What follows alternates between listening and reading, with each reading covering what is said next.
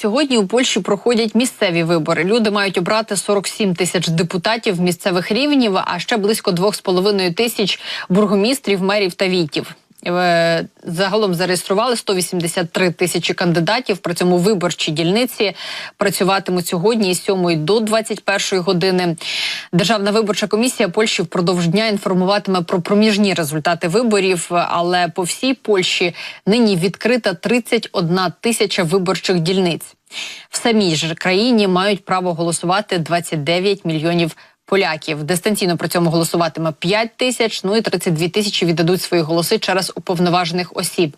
А от віддати свій голос можна суто на території Польщі, тому що голосування на місцевих виборах не проводять за кордоном та на кораблях. При цьому другий тур місцевих виборів, зокрема мова йде про війтів, бургомістрів та мерів, він пройде 21 квітня. Вибори пройшли і в Словаччині. Там обрали президента країни. Переміг Петер Пелегріні. Він набрав 53,12% голосів, в той час як його конкурент Іван Корчок завершив другий тур з результатом у 46,87% голосів. Такі результати стали відомі після обробки 100% бюлетенів. Про це повідомили в Словацькому управлінні статистики. Зазначається, що президента Словаччини обирають на 5 років і роблять це загальним голосуванням. У першому турі, котрий відбувся 23 березня, взяли участь 9 кандидатів. Кожен з них не набрав більшості. До другого туру пройшли Петер Пелегріні та Іван Корчок. Причому за результатами першого туру Корчок мав більше відсотків підтримки. А от перед другим туром опитування показало, що шанси кандидатів майже рівні.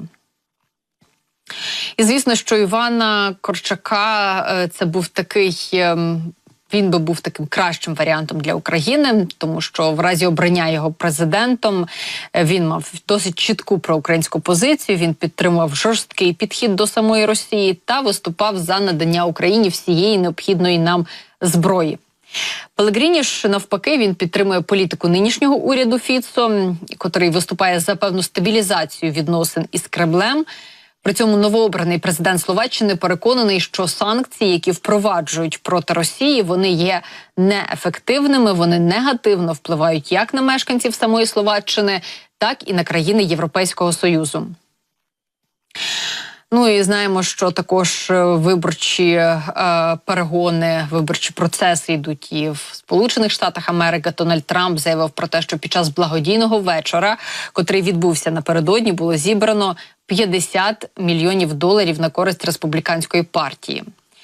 Сам вечір відбувся у Палм-Біч у Флориді, про це повідомляють Fox News. Зазначається, що це такий, знаєте, рекорд для кандидатів як від республіканської, так і від демократичної партії.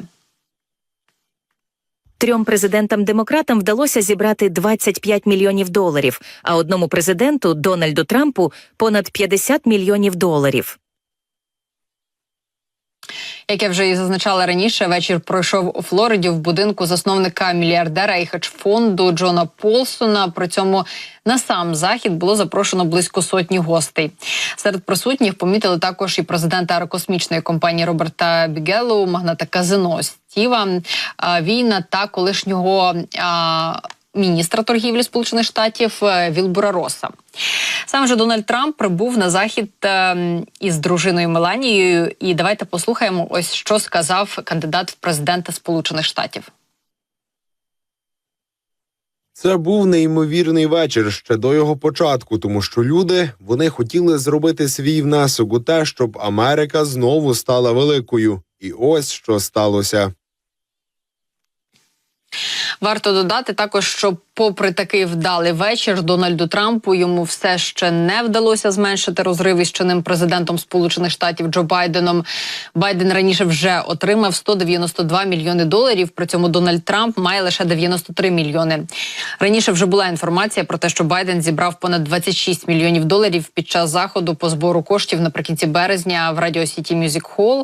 І тоді на заході були присутні, зокрема, і колишні президенти – це Барак Обама та Білл Клінтон.